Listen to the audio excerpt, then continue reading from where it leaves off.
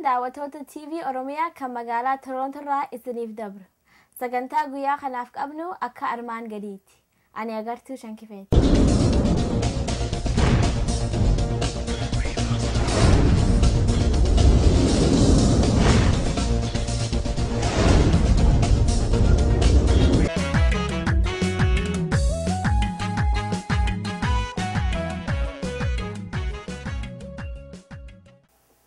kabajamtoota daawwattoota TV Oromiyaadhaa akkam jirtan. Qophii guyyaarraan tanaa akkuma baratamtetti ga oduudhaan eegalla. Oduu har'aaf qabnu jalatti matootiin isiidha. Muummichummaan Hayilamaariyaam Dassaalany raggaasifamte. Ulamaayyiin amantii Islaamaa akka mana heeraatti dhihaata jedhanii eeggaman qaamaan hin argamne. Gaazexeessitoonni Suudiin kan mana hidhaa Itoophiyaa keessa bara tokko oliif turan gallakkifaman. Jarmayni takkaafuu waldeeni dhiheenya dinagdee addunyaadhaa IMF Itoophiyaa qeeqe. Daawwattoota keenya egaa oduu babal'inaan hoggaatti deebinu. Muummichummaan Hayilamaariyaam Dassaalany ifa Mallas Zeenaawii du'e boodatti himamtullee paartiin isaa EPRDF akka muummicha pireezidaantummaa takkaafuu piraayim ministerummaatti hin fudhamne turre. Torbaanuma dabran kana keessatti koreen itti gaggeessituudha EPRDF walgahii goote irratti waliigaluu dadhabuudhaan walgahii koree iddu galeessaa guututti yaamuusiidha yoo himamu. Guyyaa kaleessaatii fi dheengaddaa jechaadhaa guyyaa jimmataatii fi sabtitti walgahii godhatan irratti Hayilamaariyaam Dassaalany hanga filmaata as deemutti akka piraayim ministerii Mallas Zeenaawii bakka bu'ee hojjetu raggaasifan. Kanumaan waliinis bakka bu'aa paartii Amaaraa Andam jedhamuun kan beekamuu fi maqaan isaa nama Makonnin Dammaqa Makonnin dhiifama itti aanaa godhuudhaan filatan. Walitti fufuudhaan paartiin EPRDF sila akka sagantaa isiidhaatti bara lamatti walgahii koree giddu galeessaa kan godhattu yoo ta'u, baatii jaha booda walitti deebitee akka gulaaltu walgahii saganteeffatte. Sagantaa isii alatti baatii jaha boodatti walitti deebi'uun kunis yoonii fi garti hojiin yeroota kanaa quubsaa ta'een argamin jijjiirraan akka maluuf jechuudhaanis keessa beektonni siyaasaadhaa dubbatan. Kanumaan walitti fufuudhaan uummanni Tigraay kan aangoon nu harkaa baate jechuudhaaf sodaachaa turan. Torbaanuma dabran kana keessatti isaan qabbaneessuuf jedhanii jeneraalota isaanii hedduu ol kaasuun isaanii ni yaadatama. Pireezidaantiin Tigraay Abbaay Walduudhaa bara haaraa kan ilaalchisee ibsa uummata Tigraayiif kan irratti uummanni Tigraay aangoo takkaafuu kana kan arkate wareegama qaqqaalii namoota lubbuun namkum 60 olii irratti baate kana akka harkaan baanee tokkummaadhaan akka tikfatan waamicha godheef. Ulamaa'iin amantii Islaamaa tambaatii dabran kana keessatti mana hidhaatti guuraman du'a Mallas Zeenaawii irraan kan ka'e mana heeraa dhihaachuun isaanii dheerattullee. Birraa yookiin Septembar bultii 13 mana heeraa dhihaatan jaamee akka saganteeffametti qaamaan akka hin argamin oduun achirraa baate ibsite. Mana heeraa mootummaa Itoophiyaa duratti namoonni 100 lakkaawwaman argamanii isaan kana daawwachuudhaaf achitti hiriiranillee osoo tokkollee hin arkin deebi'uun isaaniittis himame.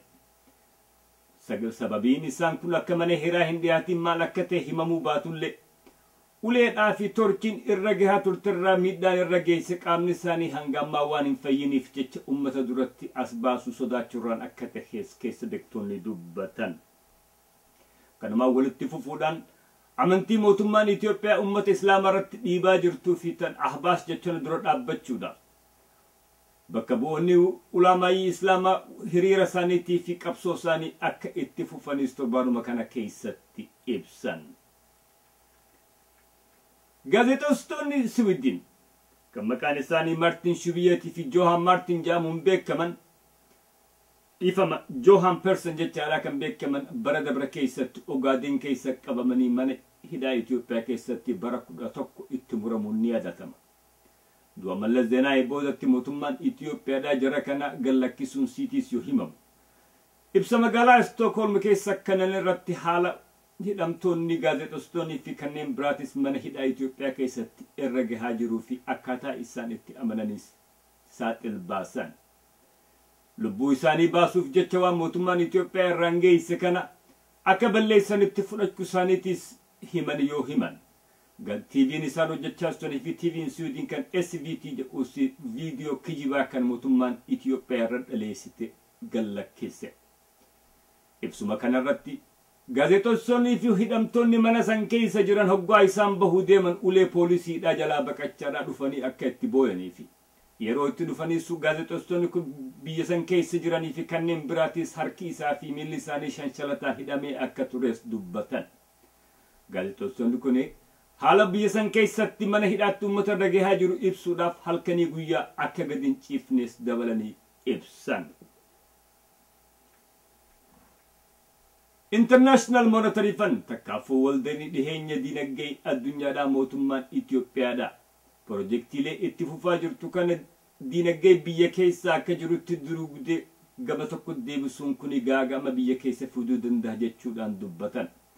Kanumaan walitti qabuudhaan yeroo ammaa keessatti mootummaan Itoophiyaadhaa pirojektii gurguddaa kan akka laga Abbayyaa Magaduutii fi kanneen biraatis qabeenya qabdu hunda gama sanarra deebisuun fuulleeffachuun isiidha. Guddina biyyaatii fi daldala biyyaatiif gaagama guddaa fidaa akka danda'u dubbatame. Ibsi IMF fi karaa gaazexaa takkaafuu madda oduu Bloombergin kanne kuni mootummaan Itoophiyaadhaa pirojektiilee kana suuta irraa jettee akka duubatti harkiftuu fi guddina biyyaatii fi madaalummaadhaan akka oofuu irra jirus dabalanii ibsan. Daawwattoota keenya egaa oduun har'aaf qabnu asirratti raawwatti dhageessisan oduu tanaatis Amasayyooti itti aansuudha ijoo dubbiitii fi ibsoota adda addaattiin isin deebisa hin fagaatinaan isiniin ja'a.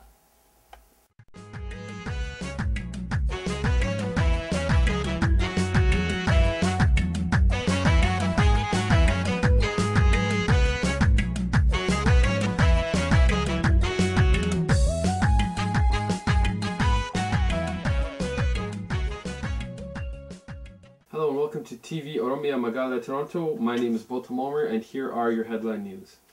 Ethiopia's ruling party confirmed acting Prime Minister Hailemariam Desalegn as the successor to the late Prime Minister Meles Zenawi. Swedish journalists tell of Ethiopia prison ordeal, say terror trial was a sham. The International Monetary Fund urges Ethiopia to slow Nile Dam project to protect economy rather. Anna Gomes censures the EU over its indifferences to the appalling human rights conditions in Ethiopia. Ethiopia's ONLF claims military carried out massacres of women and children. The offspring of a snake is a snake too. A commentary article by Segaye Hailu.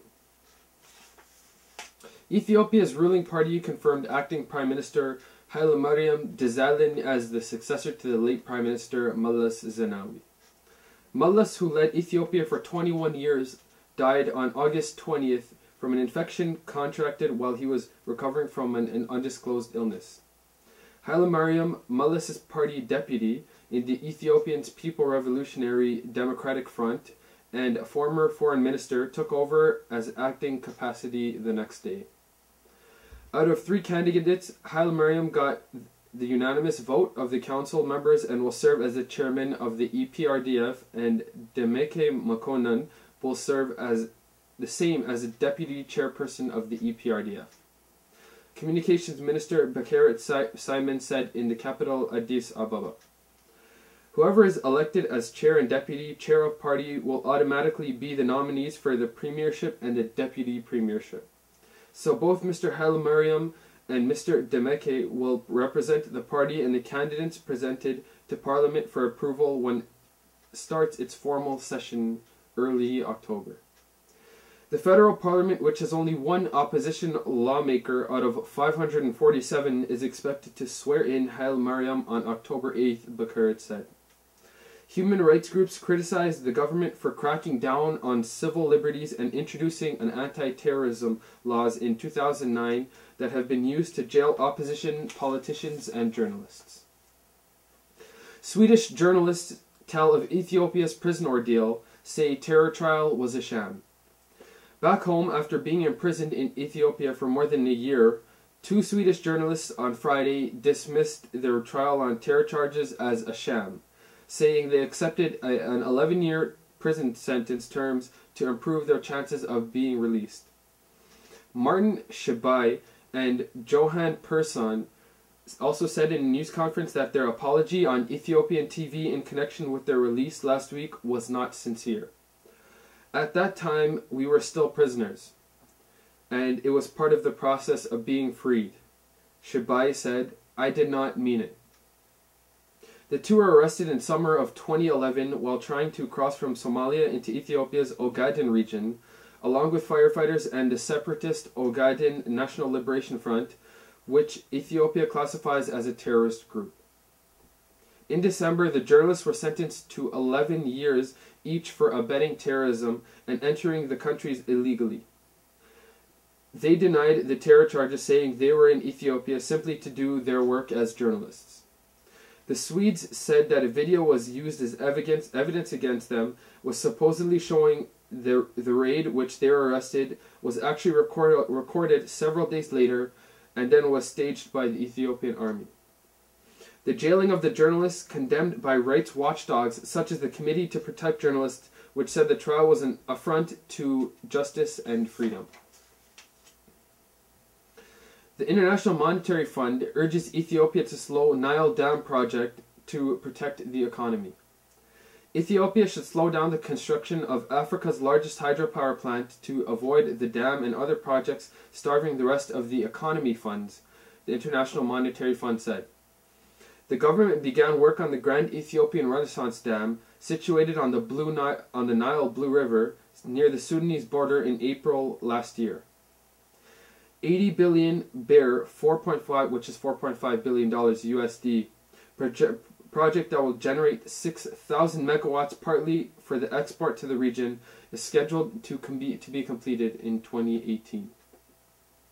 I think there's a need to rethink some of these projects a little bit to make sure that they don't absorb all domestic financing just for that one project, the IMF country representative Jan Mikkelsen told reporters yesterday. If you suck in all domestic financing to just a few projects that money will be used for, this is not normal trade and normal business. Ethiopia's government won't reschedule construction for the Grand Renaissance Project Dam, they said. The Grand Renaissance Dam is being funded by Ethiopians as foreign leaders were unwilling to finance it because of Egypt's historical refusal to sanction development projects on the river, according to Ethiopia's government. Anna Gomes censures the EU over its indifference to the appalling human rights conditions in Ethiopia. Anna Gomes, member of the European Parliament, censors the EU over its indifference to the appalling human rights conditions in Ethiopia. The Honourable Gomes made the remarks during an end-of-the-year report. Here are her remarks. New structures and give people a democratic future in that region. Thank you. Thank you very much. Mrs. Gomes, 1.5 minutes. Lady Ashton, as we point out in this report, consistency and coherence of CFSP require political leadership and coordination, ensuring that the European policies such as trade and development are in line with CFSP principles, values and strategic interests. Ethiopia, an ACP partner, a major recipient of EU aid, the second most populous country in Africa, headquarters of the African Union, is without a government since dictator Meles Zenawi died in July, much earlier than his totalitarian clique announced it to the people of Ethiopia in order to engineer in secret the perpetuation of their oppressive regime. Fortunately, yesterday, 2 Swedish journalists imprisoned by Meles were finally released. But we did not hear the EU pressing for their release, and we did not hear that pressing for the release of all the other thousands of Ethiopian political prisoners, including the PEN Prize awarded Eskinder Nega. What can you tell us about your endeavours in that sense? Why is the EU so silent, or at least so discreet, in urging the liberation of Ethiopians? And can you tell us what is the EU doing to press now for an inclusive political dialogue involving all opposition parties, namely the armed ones, so that Ethiopia may remain unified and not fall into violence, so that Ethiopia may now find the genuine road for democracy to which their people aspire to, and not go on oppressed by these totalitarian forces. Ethiopia is too important for Africa and for the world for us to continue to turn a blind eye to what is going on there. Madame Gomez, il y a une question. Mrs. Gomez, we have a blue card from Louis Michel. Would you accept it? Monsieur Michel. Mr. Michel, go ahead.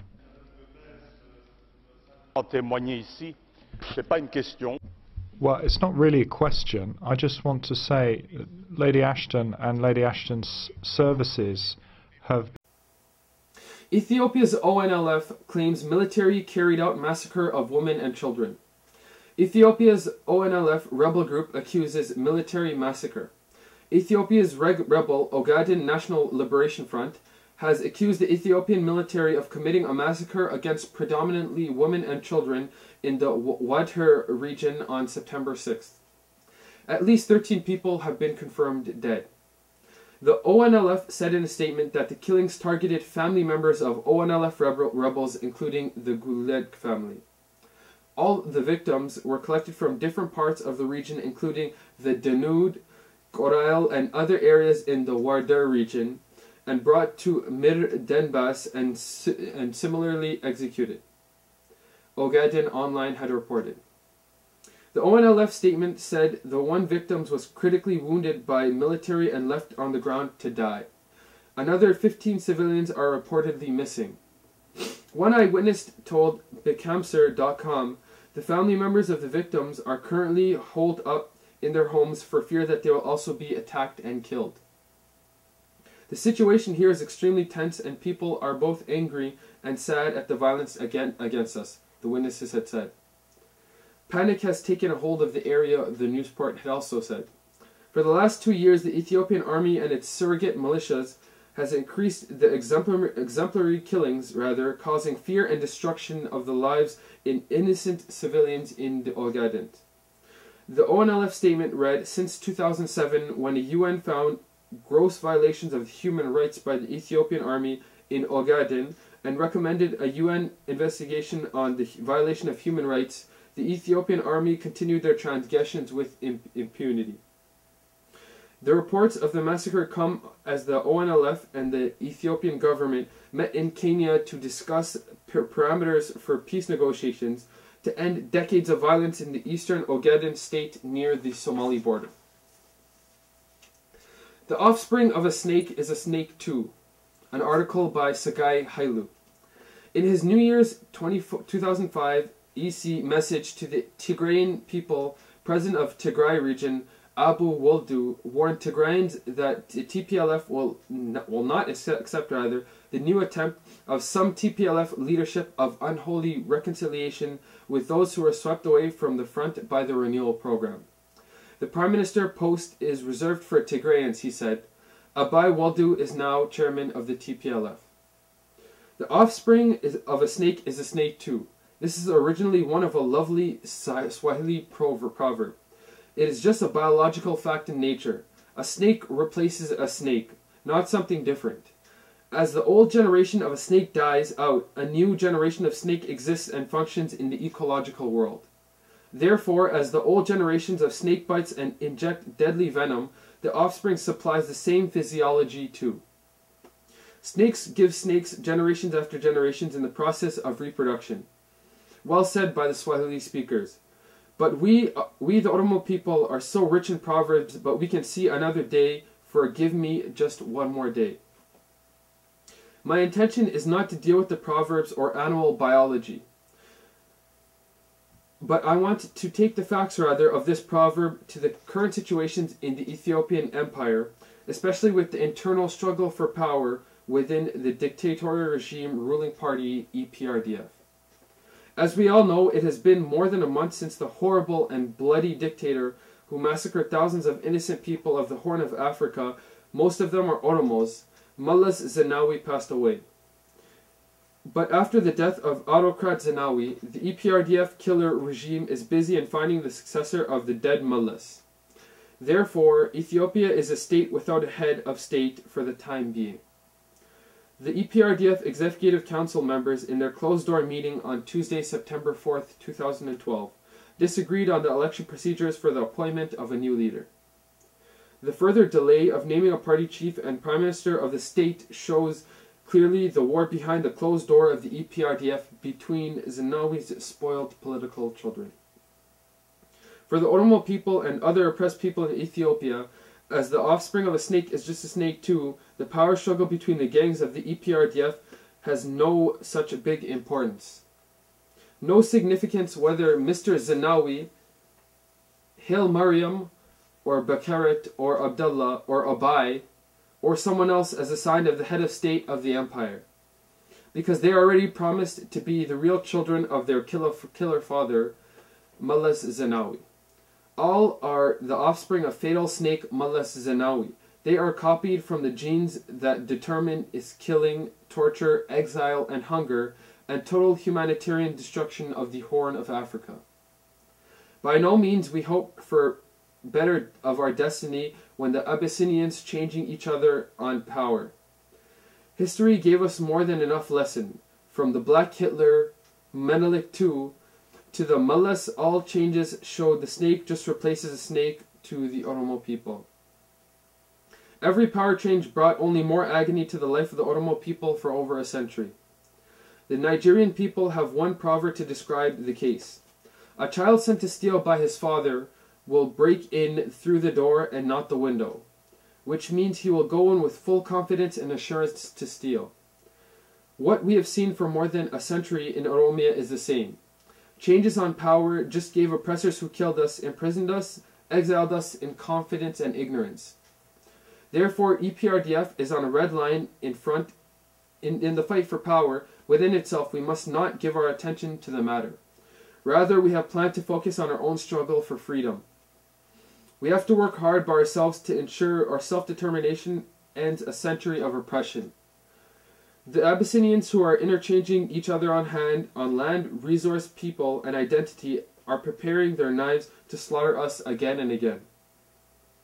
Now we must say we are tired of slavery and Abyssinian more than a century-long oppression. Now it is our time. Now it is our chance to go a step in our struggle for freedom. This is a late but right time, and maybe fortunately perfect time, to be in unity and ensure freedom, self-determination. Oromo, home of the Gada, let us come together and keep the gear of struggle for our freedom at high speed as ever before.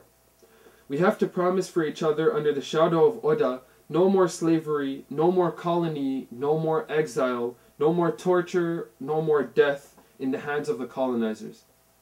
We have to see around the Horn of Africa and North Africa where unity and determination plus self-sacrifice with dictators. Southern Sudan and Eritrea are current examples where struggle for determination in unity with sacrifice claims independence. Aren't we far more powerful people? Resourceful people in the Horn of Africa? Yes, we are indeed. Therefore, our struggle for wins against our oppressors. We will not stop to struggle until we claim our motherland of the Gada Oromia. Men and women, young and old, at home and in exile, all respected people of Oromia, put off your attention for the power struggle in the EPRDF, as it is just a normal process of nature where a snake gives a young snake. The death of Mallas will give us another snake soon. Let us unite under the umbrella of our people, our shield, the Oromo Liberation Front, the OLF, and fight for our freedom and in full potential. Stand up, Oromo. It is our time now. Our unity is our strength, and our strength will result in freedom and independence. Our unity is our strength, and our strength will result in our independence. We will see the Oromo flag flying high soon if we struggle in unity. Let us coordinate and unite once and for all from our minor differences. Oromos in Oromia and in exile, it is time to kick the oppressors out of Oromia as soon as possible before it is too late. I want to conclude the article by saying with the Heroic Manifesto, I can say a promise for Oromia by the National Oromian Youth Movement, the Kero. We, Oromo, and all other oppressed people students declare to the world and the Ethiopian peoples that we are committed to be first in torching the revolution. Given the recent history of Oromo students, movement, we are cognizant of the price of freedom. We are determined to die in freedom than living in slavery. We are confident that soon enough the remaining Ethiopian peoples would follow us in upholding the torch of revolution so that in their oppression, suffering, and slavery, and here and now we give way, one and for all, for liberty, freedom, and democracy to prevail. That article was Sagai Hailu. Thank you for watching TV Tvoromiyaamagaalaatoronto. My name is Boltam Omer, and I'm signing off.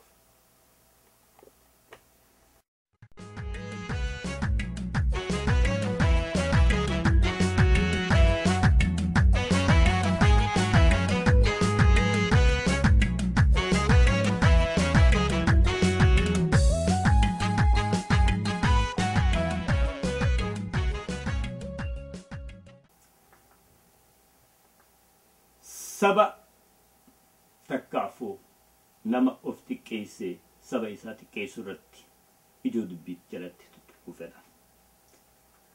Baroota dheeraa qabsoo Oromoo keessa dabarre keessatti haalli fofokkataan tokko tokko uumamee jira.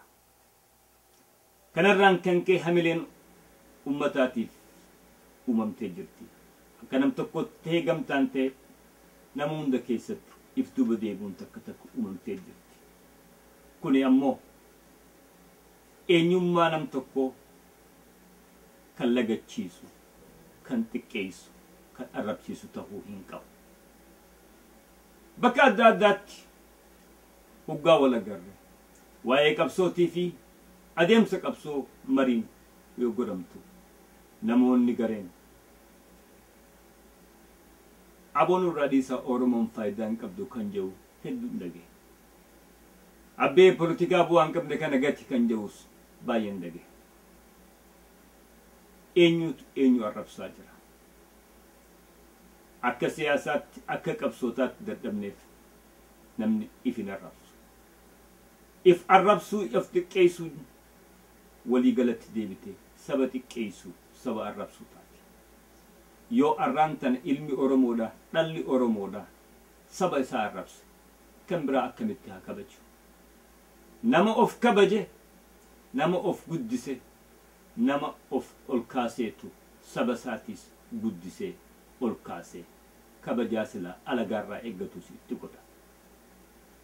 Yoo ilmi Oromoodhaa intalti Oromoo arraan tana kani saba keenya haala xixiqqaa takkaafu guddaas haa ta'u uumamirraa kan ka'e eenyummaa keenya kan lagannu taate dhalootaaf maal dabarsuu deema. Jollooti keenya biratti Oromoon bu'aa hin qabdu, Oromoon faayidaa hin qabdu, Oromoon gatii hin qabdu waan jiru takka dabarsaafii jirra. Tun walii galatti karamnu oofaa jirti. Kanaaf jecha ilmi Oromoodhaa arraan tana bakka wal argatti eenyummaa isaa ol kaasuudhaaf of ol kaasuudhaaf saba isaatis ol kaasuudhaaf carraaquu qaba. Jechoonni xixiqqaan arraan tana jennu kun tokko tokkotti keessa deebi'ee namoota dhegeefuu kan biraatti irrattis dhiibbaa takkaafuu miidhaa qaba. Kana haa hubannu haa lagannu. Arraan tana haala biyya keessatti uumamaa jirne halaalu. Dhuga dadhabinsa keenya irraan kan ka'e arra mootummaan san nu bira dabartee saba guddaa kana xiqqeessaa jirti. Kanneen biyya keessaa isiif hojjetu kan OPDL'n kan silaa kabajaa xiqqoo argachaa ture. Sossoo'insa qabsoodhaa kan alarraa godhamaa ture. Arra yeroo sanis xiqqaate yeroo arraan tana mee naannoo Ogaadenitti mootummaan tun waliigalteedhaaf kadhaa deemaa jirtu. Sossobachaa jirtu. Manguddummaa biyyoota addunyaa gaafachaa jirtu. Kan Oromoo dhagahuun feetu. Kan isii hojjetullee kaan ari'aadhaa kaan hidhaa jirti. Kun waliigalatti kan agarsiisu kan qabsoo jirus ta'e kan dura dhaabbatus kan deeggaru ta'es kan hin deeggarres akka sabaatti akka ummataatti lagatamaadha. Tuffatamaa jira. Kanaaf jecha ummanni Oromoodha yeroo hundarraahu yeroon halka wal qabate garaagarummaa jirtu wal dura kaayyatee addaanii katu bira gehaa jiru. Kana yeroo irra deddeebineetti haasofnee jirra. Kanumaan walitti fufuudhaan labsa hayyu duree adda bilisummaa Oromoo Shanee Gumiirraa kan Daawit Ibsaatirraa kenname tuquufe. Torbaan kana keessatti addi bilisummaa Oromoo kan Daawit Ibsaatiin gaggeeffamu labsa baasee jira. Labsi inni baase kunis kan jaarmolee Oromootii fi sabboontoota Oromootii fi jaarmoota maqaa adda bilisummaa Oromootiin sossoo'uun hundaa'u waamicha godhu. Waamichi kun kan duraatii miti. Ammaan duraas bahee jira. Jaarmoleen biraatis baasanii jira. Murni maqaa adda bilisummaa Oromootiin sossoo'an kanneen biraatis waamicha akkanaa yeroo adda addaatti godhanii jiran. Akkaataan itti waamamanii fi akkaataan waamichi kun itti godhamee fi haala ammaan dura agararraa waamicha ammaan dura godhamerraa barnoonni arganne maali? Waamichi akkanaa ammaan duraas godhamee jira. Irra bu'aan irraa arganne maali? Waliigalteen irra geenye maali? Tokkummaan achirraa dhuunfanne maali fakkaatti? Yoo jennee iftuuba deebinee ilaalle waa takka hin jiru. Zero kan jedhaniin sani jecha. Kanarraa barnoota fudhachuu qabna. Waamichi irraan tana godhame kun akka waamichaatti gaariidha. Eegalliidhaaf. Namni hafuura akka walii fidatu gochuun waamicha godhuun hamtuudhaa miti. Karaa hundarraa waamichi akkanaa walitti dhufuun yeroo siiti. Ammoo haala irra dabarree fi kan amma keessa jirru wal dura qabnee yoo ilaalle. Ummanni irraan tana wanni eegaa jiru. Ummanni bal'aan haalarraa jaarmolee qabsoodhaa kan bilisummaadhaaf dhaabbanne jedhan kanarraa eegaa jiru. Yaada haaraa waan haaraa. Akkuma dabretti siyaasaa jennee yoonii fi wal sossobnu taate bakka takkallee hin geenye. Waamicha irratti xiqqoo yaadni keessa nu galee yoo jiraate takkaafuu kan xiqqoo ummata keessatti shakkii uume. Garaagarummaa qabnuu fi himannoota qabnuuf dura dhiifnee ammaa firiirree fuuldura haa kaafnu kan jedhu. Odoonii fi garaagarummaa qabnu. Ilaalcha adda addaa kan qabnu. Qurramoota adda addaa kan qabnu wal dura kaayyannee gara bal'inaan wal dura afannee kan irraan feene kan irra waliin galle keessaa baafnee walii galteedhaan kan irra walii gallutti karaa irra walii gallutti yoo waliin hiriirre boru wal afaan hin deebinu. Yoo ammoo garaagarummaa qabnu yeroodhaaf baala irra afnee irra haa dabarru kan jennu yoo taate deebinee gufuu kaleessaatirratti karuma kaleessa irratti wal facaafne irra wal deebifna. Karaa sobaan irra dabran irra deebi'uun nama dhibaa jetti Oromoon yoo makmaaktu. Kanaaf jecha yeroo ammaan duraatis tuttuunee jirra. Akka sabaatti, akka jaarmayootaatti, akka qabsootti, akka ummataatti yeroon waliigalteen uumamte. Garaagarummaa qabnu xiqqeessinee dandeemtiif gidduu darbine. Qabeenya keenya, humna keenya, yaaddoo keenya bakka takkatti walitti qabannee gurmeessine. Fuula tokkoon akka sabaatti xiqqina dadhabinsa keessa jirru kana bahuudhaaf tattaafannu amma. Ilmaan ayyaa, ilmaan Oromoodhaa boru hin qabu. Afaan Faranjiitti maymaaksisaatu jira. Act now, tomorrow may be late waan jaaniitu jira. Boru hin qabnu. Arra qabna. Arraan tana yoonii fi karaa qaxxaamura nageenya kanatti adda facaane. Haa bakka arra irra jiru tanaaf goonu nu dibdita. If duba deebinee haalaalu. Namoonni magaalaa adda addaa keessatti kaleessa kan biyya dhaqee kan lafa hiratee lafa mootummaan wayyaaneedhaa ummata Oromoo qotee bulaa Oromoodhaa irraa guysitee irraa agabsitee hirtu kana waliin hirachaadhaa eegalatte. Kunis kan agarsiisu maali? Kana bira dabreti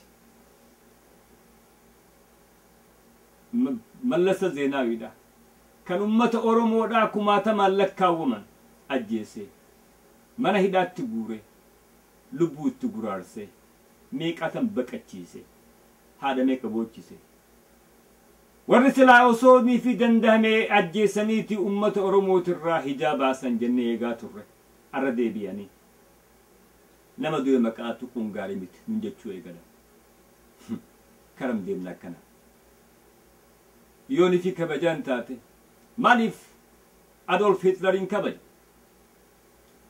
nama du'e kabajuun hujii isaatiin kabajja malee reef kasse reef kummaa isaatiin ni miti nama fixe reefki isaatis lafeen isaatis baatee yeroo mana hidhaatti takkaafuu mana heeraatti dhihaatte seenaa keessatti agarree jirra dhumiinsa ilmaan Oromootiin lafee ilmaan Oromootiin dhiiga ilmaan Oromootiin manneen gubatan ilmaan gubatan yoo of duuba qabnee yaadan dhiiga gannaqanee laga dhangaleessa yoo yaannu arraan tana Mallas Zeenaawii itaatiin nama du'e haa kabajnu jechaan eenyummaa Oromoodhaa mataarraa gad xiqqeessaa jirra jechaan kana ilmaan Oromoodhaa dura dhaabbachuu qaba magaalota adda addaa keessatti taaziyaa takkaafuu amuutaa waan jedhamu Mallas Zeenaawiidhaa warra dhaqeetu jira ilmaan Oromoodhaa kan kaleessa waan qabsoodhaa afaan qabsoo dubbachaa tura arraan tana as keenya diina keenya hidhaa kan nu ajjeese kan nu garafe taaziyaa isaa dhayneeti boonyaaf jechaadha kanneen biyya jirulleen filmaatan qabu bahuu baatu ni hidhama mana hidhaa seenaa takkaafuu hujii dhaba hujii irra ari'ama jireenya isaatiif jee akkuma gaazexeessitoonni barreessitoonni Suwiidin kan gaafa hidhaa hidhaman san hidhumaa bahuuf je'anii amanatan sanitti kanneen Oromootiis kan jireenya isaatiif garaa isaatiif ilmaan isaatiif jee mootummaa san dhaadheessu hedduutu jira kan na dinqisiisu garuu kan ala kana jiru kan jireenyaaf mootummaa san hin barbaanne kan du'a Mallas Zeenaawiitiif taaziyaa dhaqe hawaasni Oromoo bakka jirtan hunda namoota akkana hogganoota akkana kan turanii fi kan amma jiraniis akka namarraa kaasee akka hogganaatti yeroon tufnu if keessaa geessee jirti arraan tana yoo if keessaa tufuu hin dandeenye hamaa keenya ati hamaadha yoo jechuun hin dandeenye boru itti rakkachuu jiraanna kan hafenu jalaa balleessuu jiraata abaluus umaan taane abaluus bakka akkanaa dhaqee umata kan taane anis yoon deeme umata kan to waan jettu dhufu tanaaf jecha yeroo takka tarkaanfii ciccimtuu akka namummaatti walirratti fudhachuu danda'u qabna isin jenna waan dhaggeeffataniif galatoomaa jechaadha kan isin dhaammatu Ahmad Sayyooti qophiin irraa kan nuti asirratti raawwati daawwattoota keenya qophii dhuftan ga'uu dachaa nutti nagaan jiraadhaa isin jechaadha kan isin dhaammatu obbo Tumsaa Adam Umarii fi akkasumatti obbo Garbii Nuurati anis Ahmad Sayyooti nagaattiin isin jaa